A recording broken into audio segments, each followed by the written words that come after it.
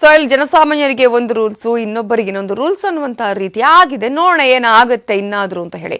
So ಇನ್ನೊಂದು ಕತೆ, ಇದು ಬೇಲಿಯೇ ಎದ್ದು ಹೊಲ ಮೇದ ಪರಿಸ್ಥಿತಿ ಇರುವಂತದ್ದು. ಸರ್ಕಾರಿ ಹೈಸ್ಕೂಲು, PU ಕಾಲೇಜ್ ಜಮೀನು ಅಂತ ಗೊತ್ತಿದ್ರು ಅತಿಕ್ರಮಣ ಮಾಡಲಾಗಿದೆ. ವಿಚಿತ್ರ ಅಂದ್ರೆ ಮಾಜಿ ಶಾಸಕರು ಕೂಡ ಇದರಲ್ಲಿ ಶಾಮೀಲಾಗಿದ್ದಾರಂತೆ.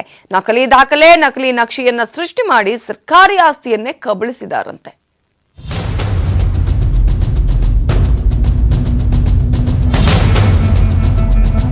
ನೀವು ನೋಡ್ತಾ ಇರೋದು ಕಲಬುರಗಿ ಜಿಲ್ಲೆಯ ಜೇವರ್ಗಿ ಪಟ್ಟಣದಲ್ಲಿರೋ ಸರ್ಕಾರಿ ಹೈಸ್ಕೂಲ್ ಮತ್ತು PU ಕಾಲೇಜ್. ಇಲ್ಲಿನ ಆಸ್ತಿ ಮೇಲೆ ಅತಿಕ್ರಮಣಕಾರರ ವಕ್ರದೃಷ್ಟಿ ಬಿದ್ದಿದೆ. ಕಾಲೇಜಿನ ಸುತ್ತಲೂ ಅಕ್ರಮ ಕಟ್ಟಡಗಳು ತಲೆ ಎತ್ತಿವೆ.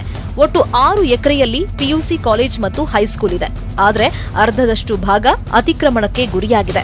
ಒಂದು ಕಡೆ 1.70 ಎಕರೆ ಜಮೀನನ್ನ ವಿಜಯ ವಿದ್ಯಾಲಯ ಸಂಸ್ಥೆ ಆಕ್ರಮಿಸಿದೆ. ಮಾಜಿ ಶಾಸಕ ದೊಡ್ಡಪ್ಪಗೌಡ ಪಾಟೀಲ್ರ ಕಣ್ಣು ಇದರ ಮೇಲ್ ಬಿದ್ದಿದೆ. ಸರ್ಕಾರಿ ಜಾಗದಲ್ಲಿ 2 ಮಳಿಗೆಗಳನ್ನ ಸ್ಥಾಪಿಸಿದ್ದಾರೆ.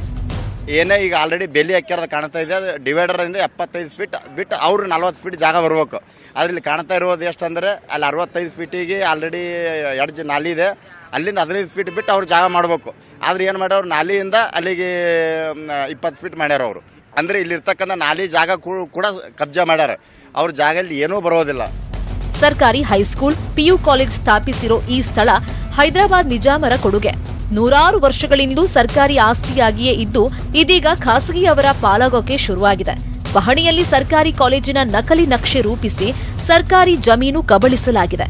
ವ್ಯತ್ಯಾಸ ಇದೆ ಸರ್, ಸಾಕಷ್ಟು ವ್ಯತ್ಯಾಸ ಇದೆ. ಎನ್ಕ್ರೋಚ್ಮೆಂಟ್ ಆಗಿದೆ ಅಂತಕ್ಕಂಥದ್ರಲ್ಲಿ 2 ಮಾತಿಲ್ಲ.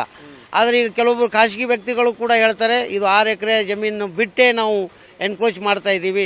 ಇದು ಹೆದ್ದಾರಿಗೆ ಹತ್ಕೊಂಡಿರ್ತಕ್ಕಂಥ ಕೆಲವು ಜಾಗದಲ್ಲಿ ಅವರು ಕಂಬಗಳನ್ನು ಹಾಕಿದ್ದಾರೆ, ತಂತಿ ಬೇಲಿಯನ್ನು ಹಾಕಿದ್ದಾರೆ. ಕೆಲವು ಈ ಫರ್ಸಿ ಕಟ್ಟುಗಳ ಕಲ್ಲಿನಿಂದ ಒಂದು ರೂಮನ್ನು ಕೂಡ ಕಟ್ಟೋದಕ್ಕೆ ಪ್ರಯತ್ನ ಮಾಡಿದರು.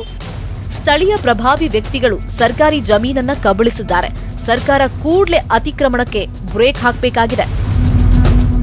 ಶಿವರಾಮ ಅಸುಂಡಿ, ನ್ಯೂಸ್ 18 ಕನ್ನಡ, ಕಲಬುರಗಿ.